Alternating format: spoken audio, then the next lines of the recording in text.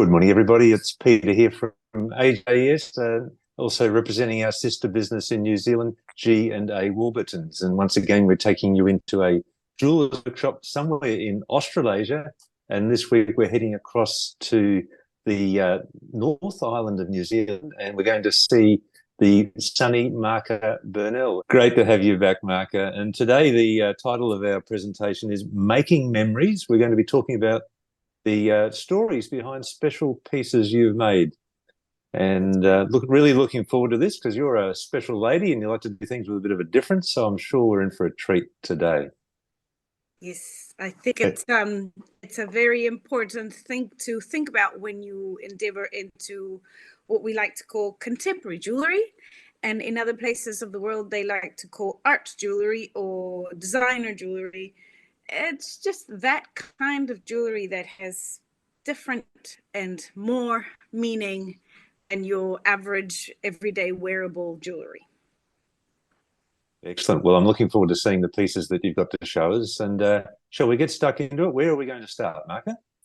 Look, I'd like to start, if you would allow me, please, by acknowledging people that have been telling me that they've been watching these videos. And I just want to do a little shout out to let them know that I appreciate them, that I really feel the love, and yeah, thank you. So I appreciate you watching, I appreciate you following, and let's get into the jewelry. No, that's lovely. Excellent. Okay, where are we heading to first then, Maca? I have a set of rings and earrings. I'm going to start by putting on my earrings. This is a set that I made in the year 2015. So it's been a little while. And I made them when I was studying at MIT, the Manukau Institute of Technology here in Auckland, in Otara, a school that is now passed, unfortunately. And if you can see, they are quite the unusual size and shape of earrings. They have a partner a set of two rings, and they were made both as a response. Well, the whole set was made as a response to when the brief for that specific class was the diamond ring that is a reinterpretation of a diamond ring. Now, that was what it was. So I made these passive aggressive rings that are 9 carat, 18 and 14 carat yellow gold, silver, and this one features an upside down princess cut diamond. Okay, I can certainly see the aggressive aspect there, Maca. Where's the passive? Yeah, I wouldn't be picking a fight with you if you were wearing those, that's for sure. That's right. You can see it quite clearly there, which is a very aggressive ring. It's not a ring that likes to be worn on an everyday basis. And then it's got its other friend. So what do those upright structures represent, Maca? It's just a little bit of a warning situation. Okay. That's the other one. So they look a little bit like architecture, a little bit like nature. They're meant to represent the woman that doesn't think she wants a usual, conventional diamond ring. She wants something completely different, or just nothing at all. Well, that's different, that's for sure. Yeah. And so I made these back in the day, 2015, when gold was still affordable, or at least for me it was. These days, these rings have gone up in value so much that I kind of never wear them. And these earrings as well. I mean, yeah, there's a lot of gold content in them, and I can't even remember those days when you could work with all that gold. Wow. Yeah, there's a bit of gold there, that's for sure. Right? So it's like my retirement fund. But anyways, they have been exhibited at Nelson Jewellery Week. Been exhibited on K Road in the Iron Bank building. They're very nice to stack. I don't know if you can see this postcard. I've made this with a professional photographer took this photo of the stack. And yeah, they pile up so beautifully that I think they're a little bit more powerful when they all pile up together rather than just a one thing. They're quite a sculptural family. Wow. So, but you would only wear one ring at a time, or would you wear more? This one's the one I wear the most. Yeah. And I wear it on its own. Yeah. Yeah. Okay. It's very aggressive, but it's very comfortable and it's very firm. So I have confidence wearing it. Well, I'm sure you get an extra level of confidence wearing that. Yeah. Yeah. This is my diamond ring. Now, before we go on to our next piece, I'll just say good day to Silver, who's introduced himself online. And also welcome to the others who are there as well. If you'd like to say good day, that'd be great. Okay, Maca, where Hello, to now? everyone. Let's move on to these other rings because everything else that I'm going to show today is rather large. These are the only rings that I'll be showing you, which are the If 2020 Was a Ring series. So if 2020, the year, was a ring, it would look a little bit like this. It would be big and heavy and black, and it would say, No, no, no. 2020, you are not winning this fight. I am winning it. So these I made in the year 2020 in the middle of the pandemic. They are bronze. Well, the model is made in wax. Then they are cast in bronze and they are powder coated. So the black effect is quite dark and matte and very durable. And it has a drip. They all have a little drip because they were made in wax. And I did drip some of the wax. And how heavy are they, Maca? They're quite heavy. They're very heavy. They are a statement piece. They represent how heavy that year was for me and for a lot of other people.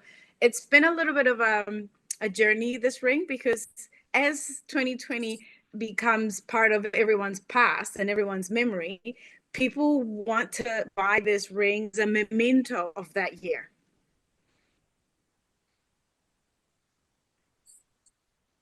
There you go.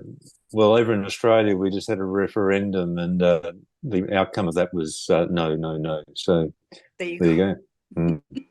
You never know when you're going to need this ring.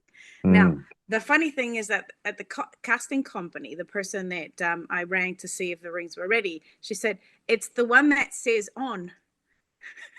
There you go. There's always more than one way to look at things. And that's the glass half full way of looking at it, for sure. It totally is, yes.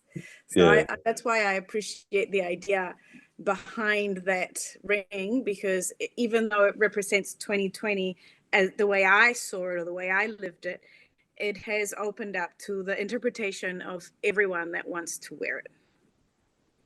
Indeed. There's more than one way to look at something. And just while I've got the floor, Pete has also said good day. So welcome, Pete. Okay, Maca, where are we heading to now? Something a bit more positive. To you guys. Yes, in a positive note, I'd like to talk to you about my work links. So links started in the year 2015. I think 2015 was quite a special year for me. I was leaving my last year of MIT. MIT marked a very important step in my professional career as an artist, as a jeweler, and coming into New Zealand. It was the first time that I met and sort of started to involve myself with the art scene because of the university, because of the whole, vibe and exhibitions and galleries. And as I wanted to create a body of work that could be multipliable, that was in sections that you could put together, a little bit looking at the ideas of Pandora, if you may, the way they do all these bits and pieces that you can personalize, customize, and put together, looking at the way IKEA assembles in a fast and modern way. I came up with these modules which are interchangeable. As you see, Wow. each one is made independently. I modeled them through 3D technology, then hand modeled in wax. So there's a combination of technology and hand in the originals. And then all of them are made into a silicon mold, which is later cast with resin in a plethora of colors. So links come in 8 shapes, 7 or 8 shapes, I don't even remember. Mm-hmm. And those same 8 or 7 shapes have been multiplied millions and millions of times in all the different colors.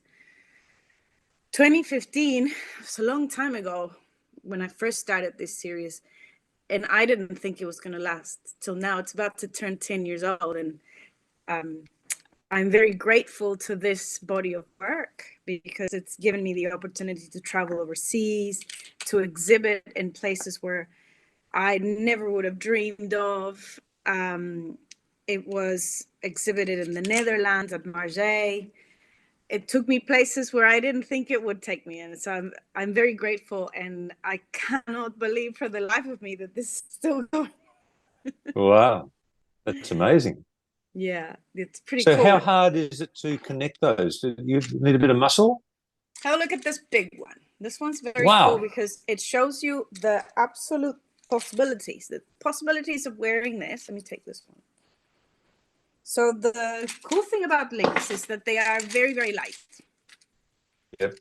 And that the So you can go configuration, chunky. Yeah. the configuration is totally up to the person that is wearing them. And those are beautiful colors for you. It's just because of what I'm wearing. It is a Exactly. favorite of mine, though. Yeah. I don't tend to keep a lot of my jewelry, but this one is mine. And so, for example, I'm wearing this now, and if I want to take it off, instead of looking for a clasp, I just unclip the links and take it off. And then I clip them again. So that happened very clasps. very easily. Yeah. I know. It's only resin. It's plastic. Plastic, Yeah. fantastic. You can do lots with it. Mm. They slot inside each other because links they all have a gap. None of them are complete circles or shapes. Yeah. They all have a gap, hence the name links.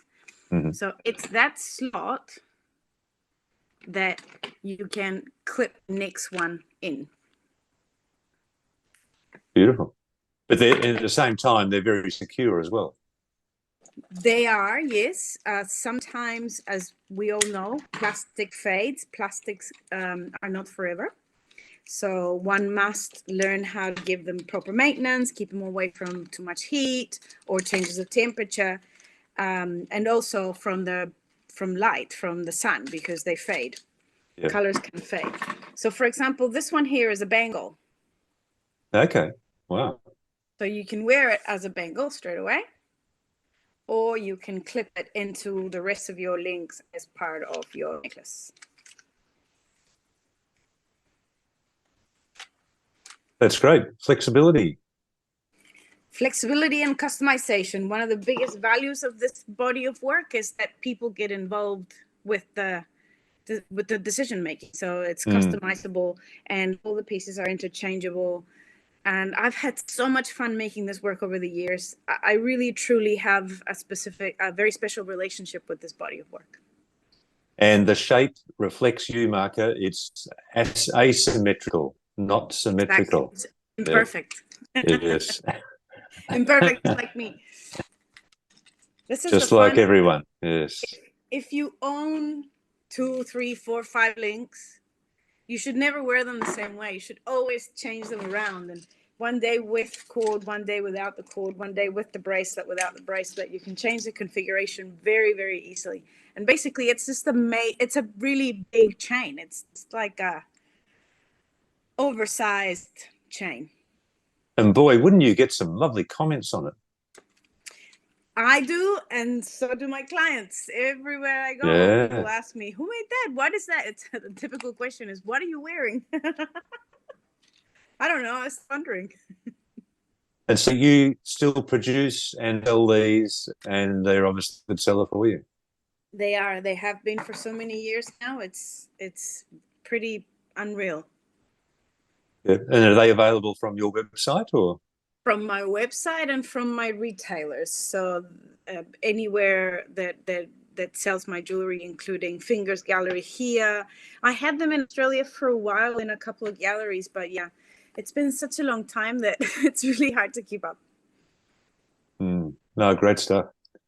Well, that's excellent. How are you going to top that one? Where are we going to now? Look, there's two more pieces that I'm very proud of that I want to show you. And they are nested. I don't know if I wanted to show this because it's really special part of my work, nesting. So this is the necklace, Oh, right? wow. And this is its nest. So working with the Auckland Museum, volunteering for them with the jewelry collection, I learned the art of making nests for your jewelry. And so I made this wonderful bed, coffin, if you may, for it to live. And when it gets shipped for exhibitions, this is how it goes in its box. Beautiful. And what are the beads made from? Focusing too much on the box, eh? Like a cat. Yes. Yeah. Let me take this one off. So this is Degrade. And Degrade is a necklace that I made when I was participating of the Handshake mentorship program. You can see it's got a magnet. Okay. That way, you can't tell where it ends and where it begins. And it's just this cycle of skin colors. So my research back then had to do with the issues of racism that were happening in the world. This was the time of Black Lives Matter and the protests in the US, and how somehow all of those things were collating back to New Zealand and a little bit to Auckland, where I was living. Even when there were trying times due to COVID and all that, we could still go out and, participate of some of these protests. The whole topic brought me a little bit closer to inspecting how did I feel about my own skin color and the people that I love, and how these people could or were, or some were or not, experiencing problems with their race and their skin color here in New Zealand and overseas. So that's how I sort of grabbed all that inspiration and began to study skin colors and to study how I could reproduce some of the skin colors of people that I loved, my sisters, my father, my mother, some friends, my partner, from photos. So I grabbed a whole lot of photos and I looked at skin color and I started to see how I could reproduce them. So in this necklace, there's a lot of people that I love. There's George Floyd. There is the skin color of the Moss killer, and many other skin colors of people that do or don't matter to me. Wow. Gee. So yeah, Now, what are those beads made from then, Maca? it's again resin. Okay. So it's fairly light. Yeah, it's quite heavy compared to the links. It's a Yeah. lot of substance, and Yeah. it's all not knotted. It's just threaded in some line. It's just very thick. What do you call this?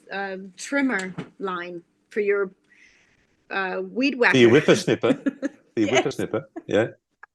because it's so durable. Yeah. So that's what I used, and then at And then the you end, just I have the just one magnet. Well, the yeah two magnets. Yeah. The one's joined. Yeah. at the very at one end and the other, and it's been a lot of fun. It's generated quite a bit of controversy, which I love. And it was shown in Australia, it was shown here in New Zealand, and it's been sort of booked to be shown later this year somewhere else to do with political jewelry, which is a topic that I really like. Well, congratulations on that. Well done. Thank you. Yeah, it is interesting to hear the stories behind these things. Can I show you one more? Yeah. Please do, please. Again, an amazing nesting endeavor by my friend and collaborator Jessica Dew and myself. This is a collaborative piece that we have made, which is called Peanuts. So what's it called? Clean Peanuts. peanuts. Peanuts. Okay. Peanuts. You know. Yeah, I got it. Because peanuts. Artists, we are supposed to work for peanuts. So we were at Object Space together, my friend Jessica, who's a fabulous jeweler, and myself at Object Space, the gallery here in Auckland, for a Laurie Stern chat. He's a very, how to say it, a very out of the box ceramicist here in Auckland in New Zealand. And part of his chat and part of his point of view that day was that we shouldn't, as jewelers or as craftspeople, we shouldn't be afraid of wanting to do business, of wanting to do well, of wanting to sell our products as products, because we make them and we need to live. And it's much better for the dignity of an artist to live from my own work than to go and flip burgers. Gee, look at this. Yeah. And we were both very strung by that conversation because we both kind of, well, back then, bench jewelers, as in, you know, working a proper full-time job at the bench at someone else's jewelry shop, making someone else money and getting paid peanuts. So we made this peanut paru, which is a set of earrings and very challenging necklace. I reckon. And it is absolutely loaded with every single bit of junk jewelry that we could find, plus some crystal clear, luxurious hollow peanuts. Wow. Now, I bet that gets some comments when you wear that. Do you wear that out? No, I don't wear it out. It's really cool, but I don't wear it out. It lives in its little box. Again, this is exhibition work. Yeah. And we made it for an exhibition, and we have exhibited it 3 times after that, very successfully. It's always a good conversation starter. Admittedly, people do own earrings like this. This is one pair. I think we would have made, I don't know, 6 pair or something. This is one of them, and they all are very different, but the idea is the same. There's some luxurious peanuts at the top that are dripping in the most fantastious jewels. There you go. They are indeed. So yeah, it's a little bit of a comment on the nose to those that think that artists or craftspeople like ourselves should work for pennies or for peanuts, and that our businesses are not serious, or that at any point we are not business people or trying to make a buck. And I notice all of this stuff suits you beautifully, Maca. Thank you. It's cool, isn't it? Look at it. It's just an absolute madness. I know, it's chaos. And how many days and hours went into getting it right, to organizing the chaos. Yeah. Besides, it's got like 4 clips, so it's safe. Right. Because you never know when you're going to need another clasp, you know? So Jesus have 4 Christ. if you wanted to. Wow. Just to be safe. Just to be extra safe, because, you know, it's peanuts. There you go. So it was really good to work together with someone. I don't normally collaborate, but this collaboration was very, very cool to do, and to just the day by day of meeting someone else and sort of conversing ideas and getting to a good piece in the end, in a collaborative way, was quite new for me, and I really enjoyed it. I look forward to doing more. Oh, good on you. So you've obviously exhibited a number of pieces in galleries around the world, Maca. Not as much internationally, but quite a bit nationally, yes. Well, Australia, yeah, as well. A little bit, yeah. Yeah. I mean, we do have a very good relationship between Australia and New Zealand, and there's curators from the big Australia that are looking closely at pieces that are getting made here and exhibited here, and putting them into their curation as part of larger exhibitions, which is very exciting. Well, I'm sure once this video gets discovered by someone in New York, you'll be exhibiting at the Museum of Modern Art before we know it. Wouldn't that be fabulous? Yes, indeed. Yeah. Can I show you one more, Peter? Oh, I'd love to see one. This is fun. This is cool. Have a look at this. Yeah. It's a belt buckle.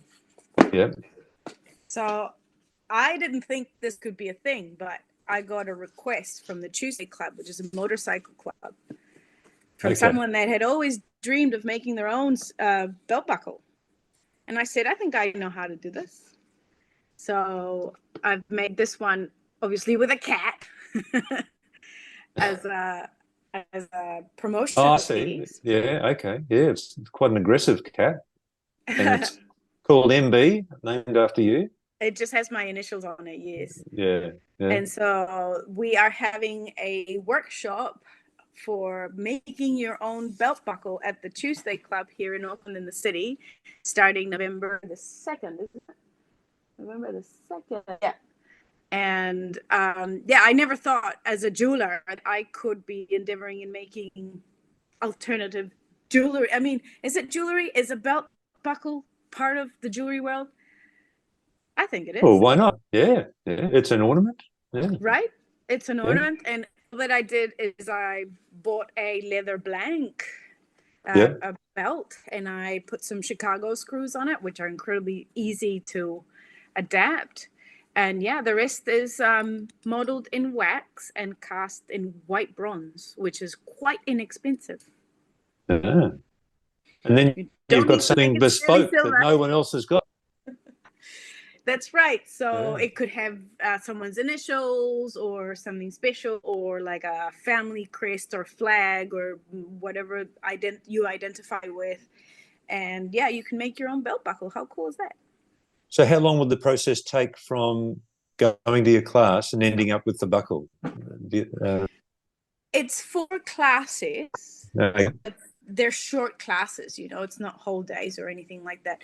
But I mean, if anyone has gotten into wax modeling, would know that it just takes you a second to get there. Wax modeling can be very easy for some, and rather a certain level of difficulty for other people, because you kind of have to think upside down. You think, this is your wax, and how is it going to become metal? Some people struggle with the idea, and the more I teach adults, the more I know that it's really difficult to get ideas out of their heads. These ideas live rent-free in their brains, and it takes a while to get them out, but I think I can help. I'm sure you can. Well, that'd be a great thing to do, wouldn't it? Yeah. I think it's cool. Yeah. I got into it at the beginning. I wasn't sure that it's just like a big pendant. We used to modeling small things, but you can just model, so why not? Indeed. So now, if you're a bloke, I think you'd have trouble getting that belt through some of your belt loops on your pants. So you might have to come up with a slimmer version of that. A more elegant version. I thought it could be a cool idea to gift someone as well, to make that special someone a personalized belt buckle. That's pretty cool. Well, if you go to some trouble for someone, it's very special, isn't it? It's a very special gift. Yeah. Maca, that's been an incredible little journey there. So thank you so much. You're welcome. Thank you. Yeah. I think we'll have to do this again with you, because I'm sure you'll have other little stories you could share as well. Yeah. As always, the most difficult part for me was trying to decide what to talk about. Yeah, there's a lot of art pieces here in the workshop. As we were talking before, you and I, a lot of the commercial jewelry that we make as jewelers has an owner, and has, when it's a custom piece, obviously it's for someone. So I don't get to enjoy it as much, and obviously it goes away to its life and its fabulous journey, and you have to say goodbye. But if there's anything that I could pass on to the new generation of jewelers, or to any jeweler that is wondering how to get through with this, don't get rid of all your jewelry. Don't sell it all. Keep some of it. Well, that's right, because it is part of you, isn't it? You've got your DNA in that. Look, working with the museum and the jewelry collection, I got a completely new discovery of a feeling of wanting to preserve and archive my own work. Obviously, a lot of it gets sold, I understand, but there's a small percentage of, for example, your originals, your molds, your maquettes, or your prototypes that you should keep and archive, because, yeah, it's such a shame to see how people pass and their estates, and lots of jewelry is lost, molten, and just disappears. And it's tradition, and as a jeweler I feel really strongly for that. Yes, indeed. So just as we're wrapping up there, Maca, I'll just invite our viewers, if they've got any comments or questions, even just to Absolutely. congratulate Maca on what she's done today, that would be great. Tell us which piece you enjoyed the most. Yes. Yeah, I mean, they've all got their own stories and they're all great in their own ways. I think what you've illustrated, especially with that link set of jewellery, is, yeah, you could come up with a style and you can make a good living out of that one piece of jewellery, can't you? Yes, to be honest with you, when I first began the process of the idea, this was 2015. My idea was to make it simple, to make it affordable, to make it interactive. It was all about the fun. It was all about the colors, the accessibility, the playfulness of this body of work. And I don't know, I guess I just had to trust myself that it was going to work, but I didn't think that it was going to work this well.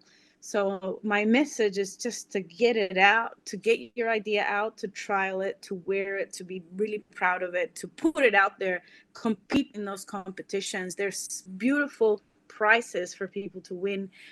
And there's not that many ideas being brought forward. So it's a really you never good know where opportunity. something's going to take you, because obviously that surpassed your expectations as well, Maca. You never know where that idea is going to take you.